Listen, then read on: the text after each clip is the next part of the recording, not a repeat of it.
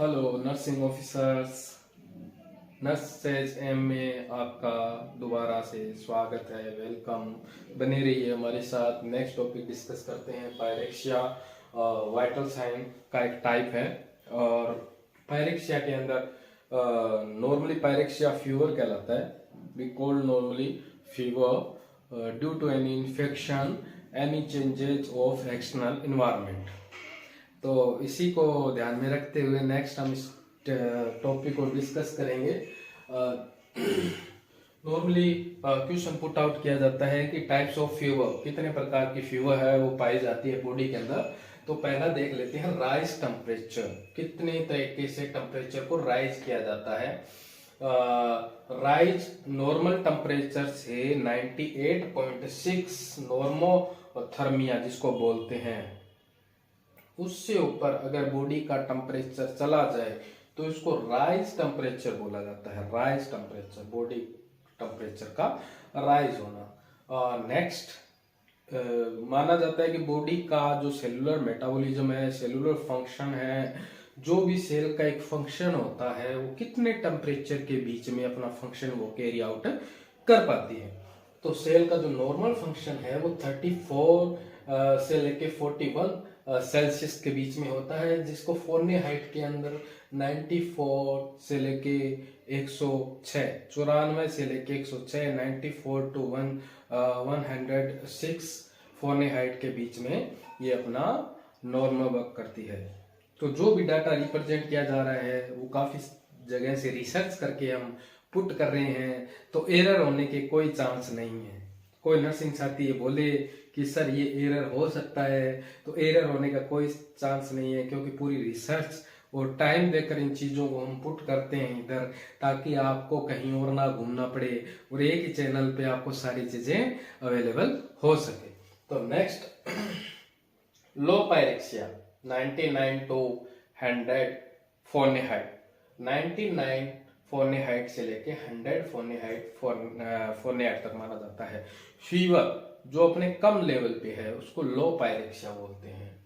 Moderate pyrexia, moderate pyrexia 100 से लेके 103, 100 to 103 यानी 103, 103, जिसमें फ़ारेनहाइट के अंदर है। बीच का जो बुखार है, पायरेक्सिया है, बीच का जो लेवल है वो है 100 से 103। हाई पायरेक्सिया, हाई नॉर्मल से कहीं ज्यादा यानी बीच से कहीं ज्यादा 103 से 105 फ़ारेनहाइट, जो कि बहुत ज्यादा होता है, जिसको हाई पायरेक्सिया माना जाता है। हाइपर हाई के बाद आता है यानी बढ़ी हुई कंडीशन, तो हाई के बाद हमेशा हाइपर को रखेंगे। हाइपर पायरेक्सिया 105 से ऊपर का जो फीवर होता है फ़ारेनहाइट में उसको हाइपर पायरेक्सिया बोला जाता है। हाइपर थर्मिया, थर्मिया मीन टेम्परेचर, इतना टेम्परेचर बढ़ जाना कि वो थर्मल कंडीशन हो जाती है हाइपर, वो भी हाइपर, बहुत ज्यादा हाइपर। तो 105 या 105 को विद, नीचे जो मैंने एक ग्रीन स्केच से मार्क किया विद, और उसके बाद यानी जो 105 है वो भी हाइपरथर्मिया में आएगा, हाइपर पायरेक्सिया जिसको बोलते हैं 105 वाली कंडीशन। 105 से बढ़ा हुआ, बट 105 वाली कंडीशन को भी हाइपरथर्मिया बोलते हैं, वो भी सही होगा। और 105 से अगर ज्यादा बढ़ी हुई है तो उसको हाइपरथर्मिया बोलते हैं। ये जो मैंने दो चीजें रिप्रेजेंट की है, ये जो मार्क है ना, इसको बोलते हैं इंक्रीज होना। क्या होना? इंक्रीज होना, सिंबल को। और अगर ये सिंबल रिप्रेजेंट कर दूं तो इसमें डिक्रीज हो रहा है।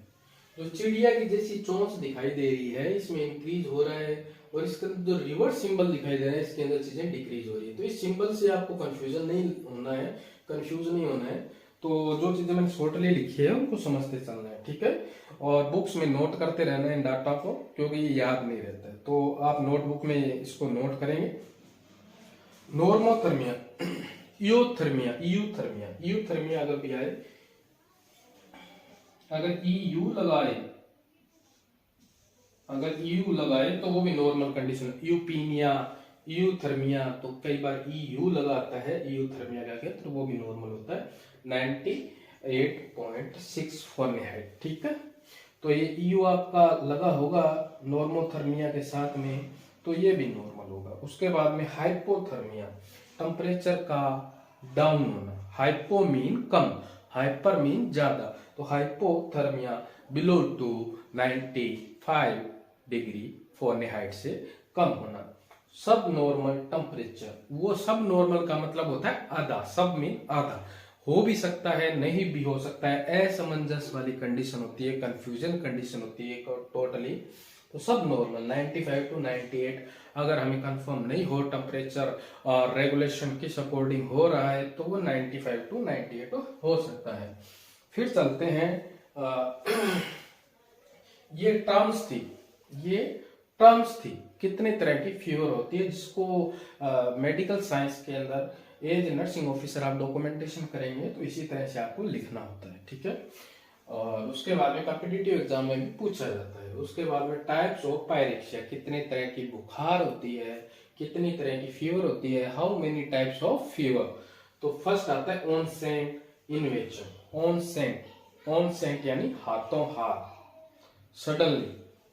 ऑनसेट इन्वेजन में कोई चीज अगर एक्सपोज होती है सडनली, जिसको हमने सोचा नहीं है, वो इन्वेजन होता है, INVASION। उसमें बॉडी टेम्परेचर राइट, सडन और ग्रेजुअल तरीके से वो बॉडी टेम्परेचर राइज होता है और ग्रेजुअल होता है। Fastigium stadium, fast mean fast, stadium मतलब स्टेट, जो चीज लेटी है वो एकदम से अगर स्ट्रेट हो जाए, सीधी हो जाए, उसको स्टेडियम। ऐसी कंडीशन क्यों आ रही है? क्योंकि जो टेम्परेचर है वो अचानक से अपने मैक्सिमम लेवल तक रीच कर जाएगा और वहां जाके वो कंस्टेंट रहेगा। दोबारा आपको बता देता हूं, our body temperature reach in maximum level and constant for some time, okay. And और इसमें क्या रहेगा, जो अपना बॉडी टेम्परेचर है वो मान के चलिए 37.6 से लेके यहां तक 102 तक फ़ारेनहाइट तक पहुंच जाए, यानी 98.6 से लेके अगर वो 102 तक पहुंच जाए और यहाँ कंस्टेंट रहे, कोई तरह का चेंजेस देखने को ना मिले और यहाँ तक फीवर कंस्टेंट रहे, इसका मतलब होता है फास्टिजियम अचानक से बढ़ा हुआ, स्टेडियम मानी आगे वो फीवर वहीं का वहीं खड़ा है। डिफरेंसेस स्पेलिंग बता देता हूँ। डिफा DEFER, वेसेंस VESENCE। इसके अंदर दो तरह से चीजें होती है, जो मैंने एक डायग्राम रिप्रेजेंट किया। यहां से सीधा चल के यू टर्न आना है आपको, है ना। जहां से चल रहे हैं, जहां से हमने स्टार्ट किया, वो होता है 99 पॉइंट फ़ारेनहाइट, जिसको ऑनसेट बोलते हैं। ऑनसेट का मतलब होता है उसी टाइम। तो इसके अंदर क्या रहेगा, टेम्परेचर बढ़ेगा बढ़ेगा बढ़ेगा और एक टाइम ऐसा आएगा जब 103 डिग्री फ़ारेनहाइट तक टेम्परेचर पहुंचेगा। तो जब पहुंच जाए 103 डिग्री टेम्परेचर तो उसको फास्टिजियम बोलते हैं, जिस लेवल तक टेम्परेचर अपना रीच करके है।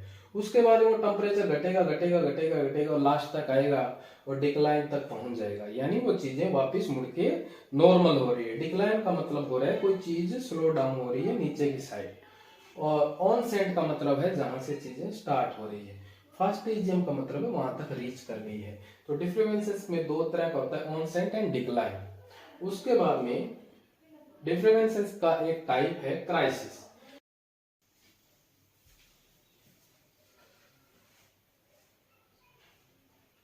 क्राइसिस वो कंडीशन है जिसके अंदर चीजें बढ़ती है और लाइसिस होती जाती है। लाइसिस यानी जो चीजें गिरना, जैसे इसके अंदर डिक्लाइन हो रहा था।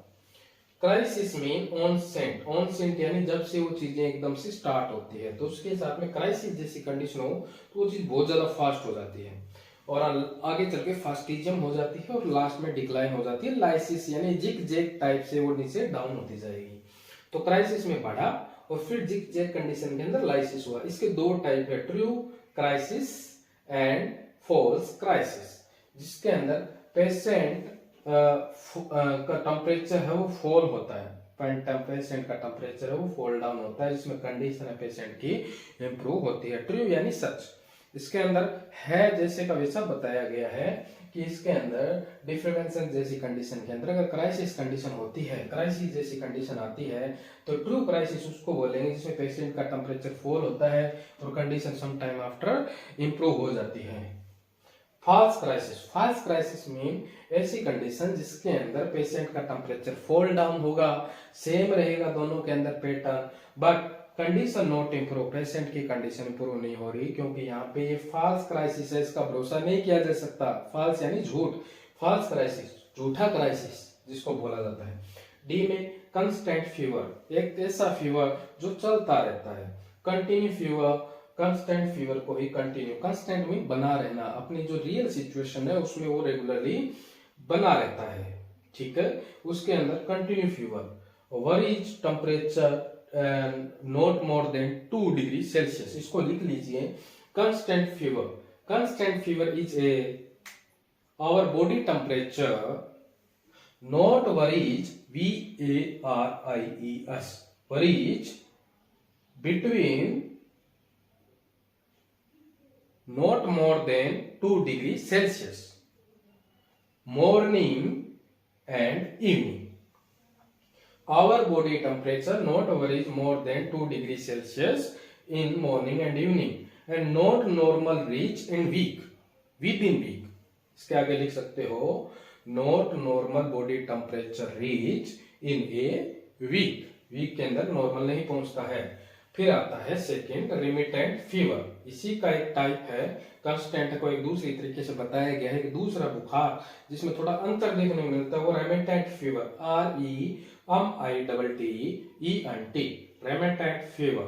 वेरिएशन मोर देन 2 डिग्री सेल्सियस, इसके अंदर वेरिएशन कांस्टेंट थी कंस्टेंट फीवर में, बट इसमें क्या होगी, वेरिएशन मोर देन 2 डिग्री सेल्सियस रहेगी। वेरिएशन मतलब होता है जितना गैप, कितना गैप रह रहा है वो वेरिएशन, वरीज वेरिएशन इसी को बोला जाता है, जिसमें 2 डिग्री सेल्सियस से ज्यादा रहेगा मॉर्निंग और इवनिंग में, और डोंट रीच नॉर्मल। और उसमें जो पहले पढ़ा था उसमें वीक में बॉडी टेम्परेचर नॉर्मल आ रहा है, बट इसके अंदर बॉडी टेम्परेचर पर नॉर्मल नहीं आएगा, डोंट रीच नॉर्मल। उसके बाद आता है इंटरमिटेंट फीवर, इंटरमिटेंट यानी बीच बीच में, बीच बीच में कभी कम कभी ज्यादा, तो इसको इंटरमिटेंट बोलते हैं। तो intermittent fever, temperature rises normal, temperature normal हो गया, कभी सब नॉर्मल, कभी ठीक था कभी नहीं था। उसके बाद रेगुलर इंटरवल हावर और डे, जिसमें एक बीच बीच में इंटरवल में घंटे के अंदर, दिनों के अंदर ये चीजें में चेंजेस देखने को मिलता है। ये मलेरिया और काला अजहर की जो बीमारी है उसके अंदर ये साइन सिम्टम देखने को मिलता है। लिख लीजिए, our body temperature rises normally and subnormal condition in regular interval in hour and day, bracket में 3 कर देना, डे 3 3 दिन, hour and day it's seen occur within normal interval, example malaria and kala azar.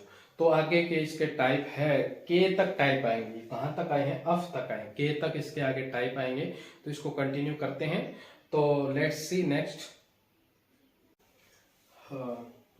Guys, next start करते हैं। Of के बाद में जो जी का क्लासिफिकेशन है फीवर के अंदर उसको कंटिन्यू करेंगे। इसी के साथ देखते हैं इसमें क्या क्या होता है। जिसमें जी के अंदर आता है इनवर्स फीवर, एच के अंदर आता है हैक्टिक फीवर जिसको स्विंगिंग फीवर भी बोला जाता है, आई में आता है लेफ्सिंग फीवर, जे में आता है इरेगुलर फीवर, के में आता है रिंगर, एल में आता है PUO। तो इसको टोटली पढ़ेंगे। इनवर्स फीवर में ऊपर नीचे कोई स्पेसिफिक रेशो नहीं होता इसका कि एक जगह रहे, नॉर्मल टेम्परेचर से ऊपर नीचे होता है। तो इसमें क्या होता है, inverse fever is A highest temperature rising during in morning time. ये क्या है, अपना टेम्परेचर है वो मॉर्निंग टाइम में बढ़ा देता है। यहाँ 98.6 नॉर्मल टेम्परेचर है, जिसमें ये नॉर्मल से कहीं ज्यादा हो गया, वो भी मॉर्निंग टाइम में 102 पे पहुंच गया। ठीक है, उसके बाद में lowest temperature inverse fever highest in the temperature in morning time and lowest temperature shut down in evening time. यानी जो लोवेस्ट टेम्परेचर है वो डाउन फॉर्म में आ जाता है इन इवनिंग टाइम। यहाँ पे 102 हुआ, उसके बाद में इनवर्स हो गया, नीचे की ओर ये फॉल डाउन हो रहा है, नीचे की ओर फॉल डाउन हो रहा है और ये 96 तक पहुंच गया। उसके बाद में ये वापस वही प्रोसेस कर रहा है जो पहले कर रहा था। इवनिंग के बाद लास्ट में मॉर्निंग आएगी तो मॉर्निंग में वापस 102 पे पहुंच जाएगा। तो सीधा मॉर्निंग में अप, इवनिंग में डाउन। तो ये है inverse fever. Next hectic, HECTIC, hectic fever, swinging fever, SWINGING, ठीक है, स्विंगिंग फीवर।